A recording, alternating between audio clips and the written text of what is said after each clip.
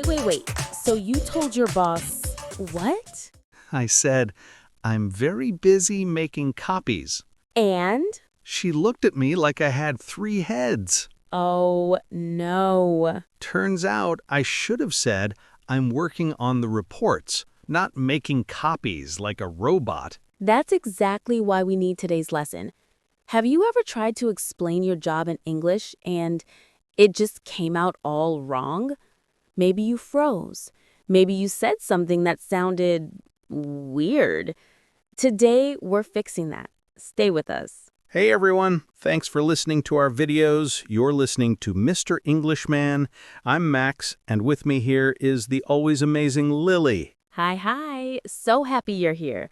And today, this is a big one. Huge! Because one of the most common questions people ask when they meet you is, what do you do? Or where do you work? Right. And if you can't answer that smoothly, it feels awkward. Super awkward. So by the end of this episode, you're going to know exactly how to talk about your job in English. Clearly, confidently, naturally. We'll teach you the vocab, the phrases, and even how to sound polite and professional. Plus, we've got some funny mistakes to avoid. Oh yeah, let's do this. Okay, let's start simple. The most common question is, what do you do? Notice it's not what is your job. We usually say, what do you do? Right. So how do you answer? Easy formula.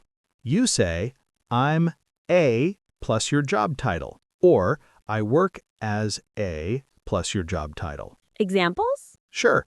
I'm a teacher, I'm a doctor, I'm an engineer. Or, I work as a nurse. I work as a software developer. Both are correct. Both are natural. Now, if you want to add where you work, you can say, I work at or I work for. Yes, I work at a hospital. I work for a tech company. Let's put it all together. Listen, I'm a teacher. I work at a high school. Perfect. Or, I work as a graphic designer. I work for a marketing agency. Beautiful. Now, you try it. Say it out loud. What do you do? Where do you work? Go ahead. Pause the video if you need to. We'll wait. Okay, cool. Did you say it? If you did, awesome. You're already better than 50% of learners. True. All right, next level. Someone asks, so what do you do there? Or what does your job involve?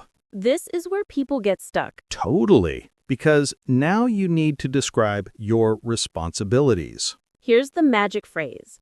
I'm responsible for plus a noun or gerund. A gerund is just an ing verb like managing or writing. Examples? Sure. I'm responsible for managing a team. I'm responsible for customer service. You can also say, my job involves or I handle. Yes, my job involves training new employees. I handle the budget. Another good one is I take care of. Exactly. I take care of scheduling meetings. Let me give you a full example, okay? Listen, I'm a project manager. I work at a construction company. I'm responsible for planning projects and managing the team. Perfect. Clear, simple, professional. Your turn again. What are your responsibilities? Try saying it. Out loud. Come on, don't be shy. If you said it, you're doing great. Seriously, speaking out loud is the secret.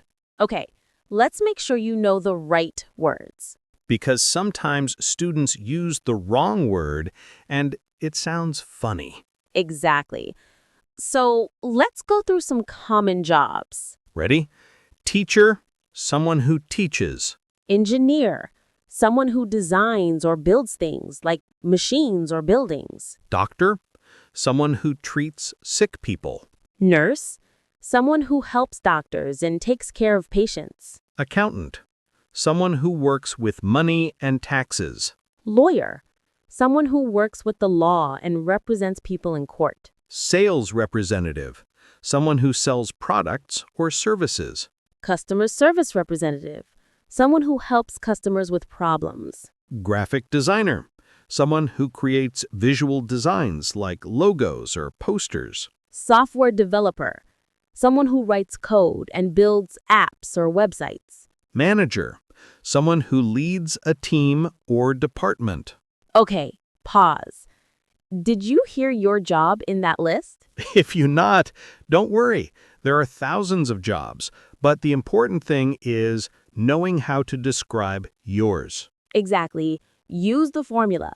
I work as a or I'm a. And if your job is very specific or unique, you can say, I work in plus the field, like I work in marketing or I work in finance.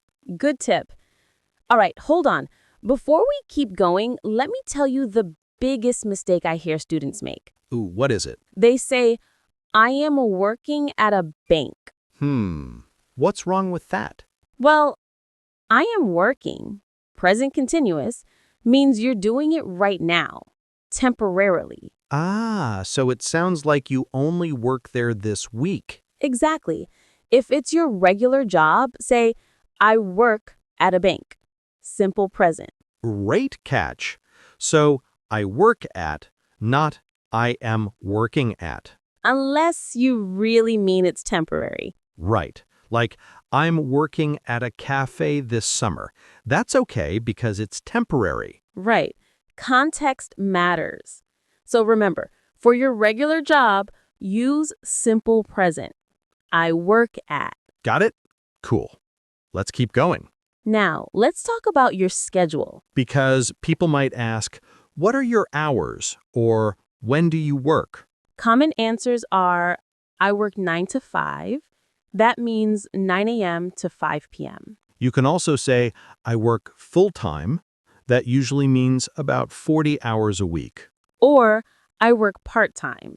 That means fewer hours, maybe 20 hours a week. If you have a flexible schedule, you can say, I have flexible hours. Or, I work from home. That's super common now. Yes. You can also say, I'm a remote worker. Another one is, I work shifts. That means your hours change, maybe morning one day, night the next. Exactly. Like nurses or factory workers. Okay, example time. Listen, I work full-time, Monday to Friday. My hours are 9 to 5. Or, I work part-time.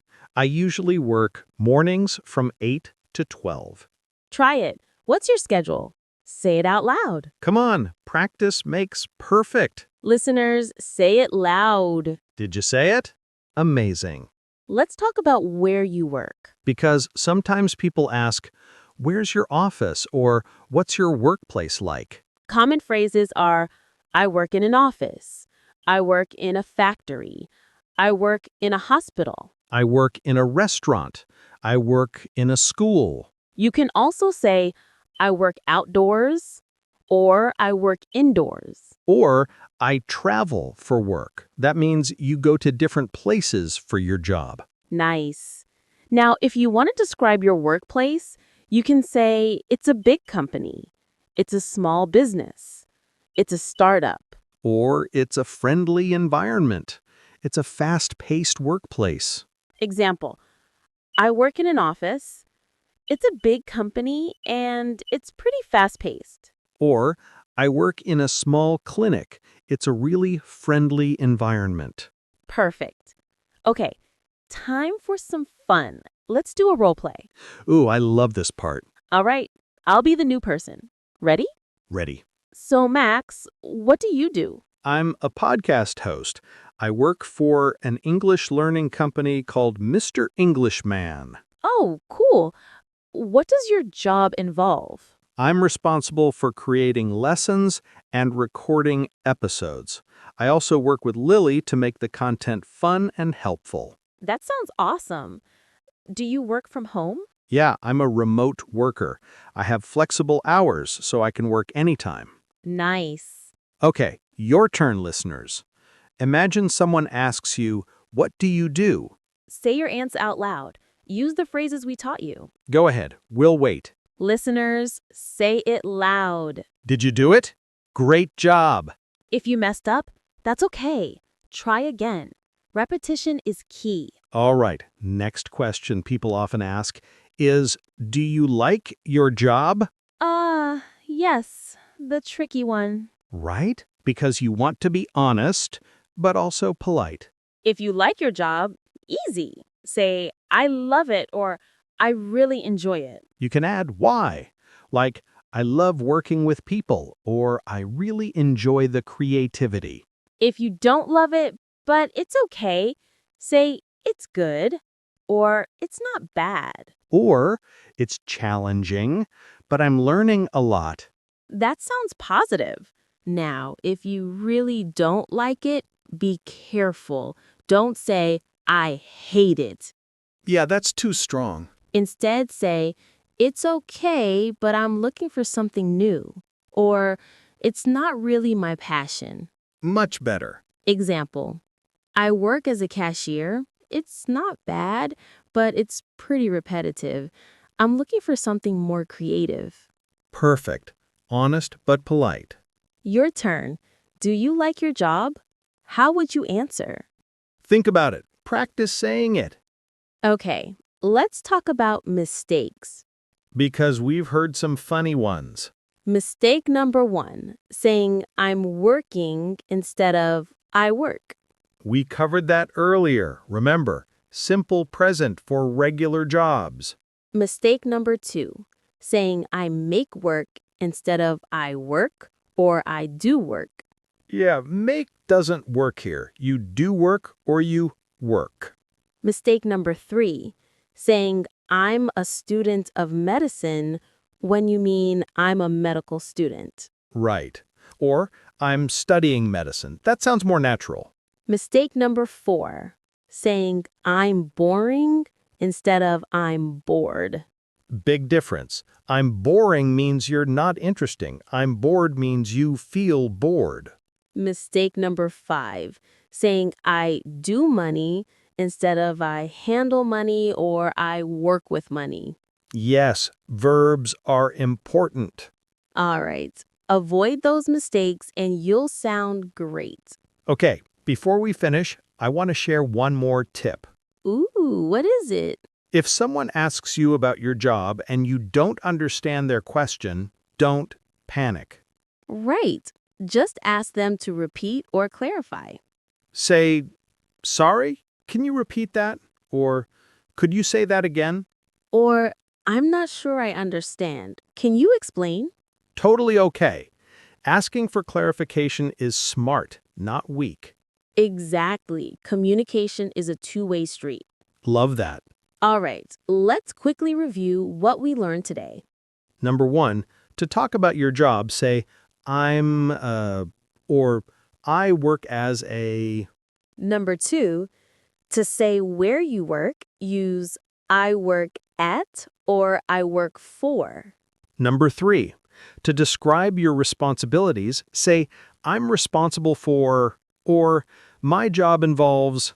Number 4, use simple present for regular jobs. I work, not I am working. Number 5, be honest but polite when talking about whether you like your job. And remember, practice speaking out loud. That's how you get better. So true. Okay, friends, we're so proud of you for making it to the end. Seriously, you just learned how to talk about your job in English like a pro. Now, we want to hear from you. Yeah, in the comments, tell us, what do you do? Where do you work? Practice your answer. Write it in English. Don't be shy. And if you found this helpful, please give us a thumbs up. Hit that subscribe button so you don't miss our next lesson. Because next time, we're teaching you how to talk about your hobbies and free time in English. It's going to be fun. All right, until next time, keep practicing. Keep learning. And keep being awesome. Bye, everyone. See you next time.